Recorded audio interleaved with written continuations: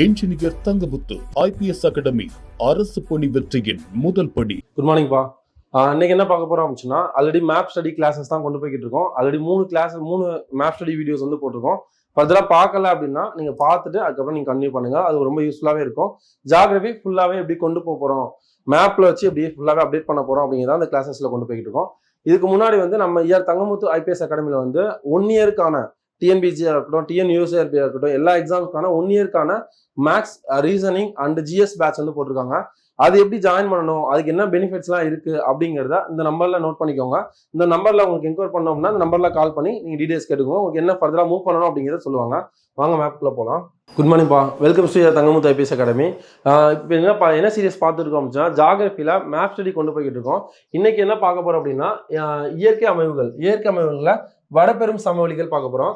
14வது map. இதுக்கு முன்னாடி 13 map complete பண்ணிட்டோம். இது ஃபர்தரா வந்து இதான் ஃபர்ஸ்ட் மேப்பா பாக்குறீங்க அப்படின்னா, முதல் 13 நீங்க கம்ப்ளீட் பண்ணிட்டு வந்து பாத்தீங்க அப்படின்னா எந்த ஆர்டர்ல போறோம் அப்படிங்கிறது உங்களுக்கு ஈஸியா புரியும். வாங்க மேப்குள்ள போகலாம். ஃபர்ஸ்ட் வந்து வடபெரும் சமவெளி. இந்தியாவோட இயற்கை அமைவுகளை 6 பிரிவுகளா பிரிக்கான்னு பார்த்தோம். ஃபர்ஸ்ட் வந்து வடக்கு இமயமலை முடிச்சாச்சு.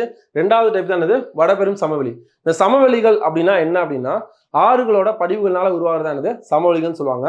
அந்த படிவுகளின் அடிப்படையில வந்து என்ன பண்றாங்க அப்படின்னா, ஒரு 5 டைப்ஸா பிரிக்காங்க. எதோட ஆறுகளின் படிவுகள்ல உருவாகிறதா வந்து சமவெளின்னு சொல்லுவாங்க. அந்த படிவுகளின் அடிப்படையில சமவெளிகளை 5 டைப்பா பிரிக்காங்க. ஃபர்ஸ்ட் வந்து பாபர் சமவெளி, 2வது தராய் சமவெளி, 3வது பாங்கர் சமவெளி, 4வது காதர் சமவெளி, 5வது டெல்டா சமவெளி. ஓகேவா? இந்த 5 மட்டும் அப்படியே சொல்லிடலாமா? ஃபர்ஸ்ட் வந்து என்னது பாபர், 2வது தராய், 3வது பாங்கர், 4வது காதர் சமவெளி, 5வது டெல்டா சமவெளி. இந்த பாபர் சமவெளியில நம்ம என்ன ஞாபகம் சொன்னா, ரொம்ப சிம்பிளானது. நுண்துளைகள் அதிகமாக காணப்படும் சமவெளி என்னது? பாபர் சமவெளி. இங்க மலைகள் இருக்கு அப்படின்னா, சிவாலிக் இமயமலை இருக்கா, அந்த மலைகள்ல இருந்து தண்ணி வந்து பனியாறுகள்லாம் வருது அப்படின்னா, இங்க வந்து என்ன நிறைய கற்கள் வந்து அதிகமா இருக்கும். எவ்வளவு கிலோமீட்டர்னா 8ல இருந்து 15 கிலோமீட்டர் டிஸ்டன்ஸ்ல கல்லாம் அதிகமா மலையில இருந்து உருண்டு வந்திருக்குமா, அந்த கல்லாம் அதிகமா இருக்கிறதுனால அந்த படிவுகள்ல வந்து நுண்துளைகள் வந்து அதிகமா உருவாகும். அதனால பாபர் சமவெளி அப்படின்னா நுண்துளைகள் அதிகமா இருக்கிற சமவெளி பாபர் சமவெளி. அதுக்கு 2வது தராய் சமவெளி மண்டலம் சொல்லலாம். இதுல வந்து காடுகள் வந்து அதிகமா காணப்படும். தராய் சமவெளியில காடுகள் அதிகமா காணப்படும், வேளாண்மைக்கு யூஸ் பண்ணுவாங்க. 3வது பாங்கர் சமவெளி. இப்ப இங்க வந்து ஆறுகள் வந்துச்சு அப்படின்னா, ரொம்ப தண்ணி அதிகமா வருது அப்படின்னா என்ன ஆகும்? ரொம்ப அகலமான பாதையில போகுமா தண்ணி. அதே இது தண்ணி வரத்து கம்மி ஆயிடுச்சு அப்படின்னா இங்க குறுகிய பாதையில போகும். அப்போ ஆல்ரெடி பழைய பாதை இருக்கும்ல, அந்த பழைய பாதை தான் என்ன சொல்லுவாங்க அப்படின்னா பாங்கர் சமவெளின்னு சொல்லுவாங்க. அது பாங்கர் சமவெளி அல்லது பழைய வண்டல் சமவெளின்னு சொல்லலாம். பாங்கர் சமவெளி என்ன புரியுதா? வேற எதுவுமே இல்லை. தண்ணி வந்து ஆறுல போய்கிட்டே இருக்கு, அதிகமா மழை பெய்யுது, தண்ணி வருது அப்படின்னா என்ன ஆகும்? பாதை பெருசா இருக்கும். அதே தண்ணி வரது கம்மியாகும் என்ன ஆகும்? பாதை சின்னதாகுமா? ஆல்ரெடி போன பாதை இருக்கும்ல, ஆறு போன பாதை இருக்கும்ல, அது பழைய பாதை. அந்த பழைய பாதை தான் வந்து பழைய வண்டல் சமவெளி அல்லது பாங்கர் சமவெளின்னு சொல்லலாம். அடுத்து புதுசா போற சமவெளி வந்து காதர் சமவெளி அல்லது புதிய வண்டல் சமவெளி அல்லது பெட் நிலம் சொல்லலாம். காதர் சமவெளிக்கு வேற பேரு புதிய வண்டல் சமவெளி அல்லது பெட் நிலம் அப்படின்னு சொல்லலாம். இந்த ஹைலைட் பண்ணி கொடுத்துருக்க நேம்லாம் ரொம்ப இம்பார்ட்டன்ட் பா. பெட் நிலம் என அழைக்கப்படும் சமவெளி எதுன்னு கேட்கலாம். காதர் சமவெளி. ஓகேவா? அதுக்கடுத்து இதுல இருந்து போற பிரான்ச்சஸ் தான் அது.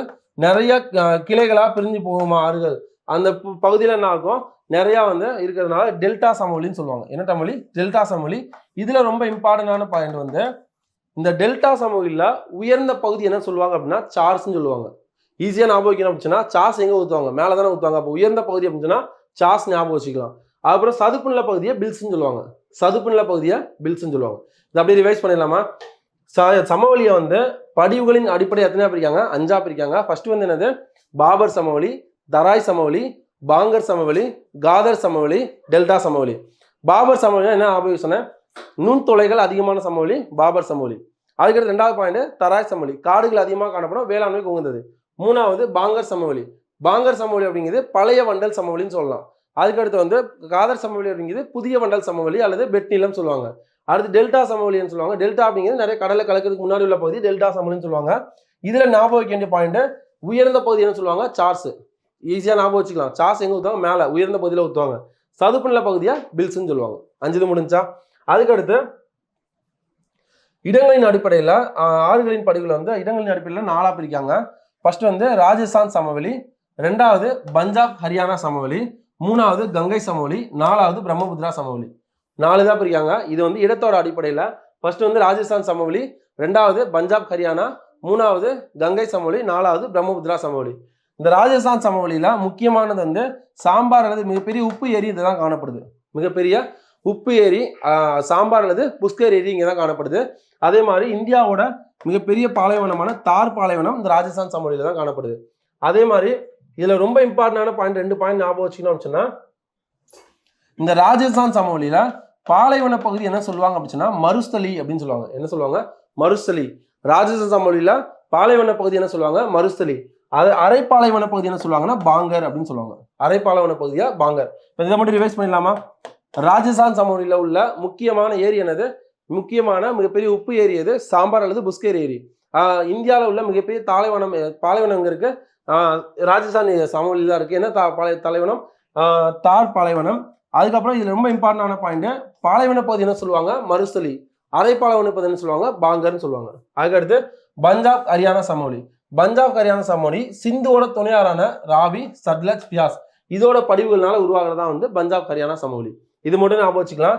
இதை கொஸ்டின் கேட்கணும் அப்படின்னா, பஞ்சாப் ஹரியானா சமவெளி எந்த ஆறுகளின் படிவுகள்னால உருவாகுதுன்னு கேட்கலாம். ராவி, சட்லஜ், பியாஸ். அதுக்கப்புறம் வந்து கங்கை சமவெளி. கங்கை சமவெளி அப்படின்னா கங்கை மற்றும் அதோட துணை ஆறுகளான கோமதி, காக்ரா, கந்தக், கோசி இந்த 4 ஆறுகளோட துணை இதனால உருவாகுறதானது கங்கை சமவெளி.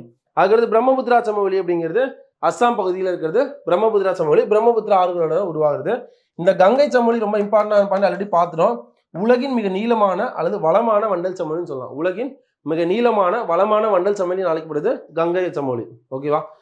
ஓகேவா? இந்த மேப் உங்களுக்கு யூஸ்ஃபுல்லாக வந்து நம்புறேன். கண்டிப்பாக வந்து எப்படி இருந்துச்சு அப்படிங்கிறது கமெண்ட்ஸில் மென்ஷன் பண்ணுங்க. ஃபர்தராக வந்து காம்படிட்டிவ் எக்ஸாம் படிக்கிற உங்கள் ஃப்ரெண்ட்ஸுக்கும் ஃபேமிலிக்கு ஷேர் பண்ணுங்க. All the very best. Thank you.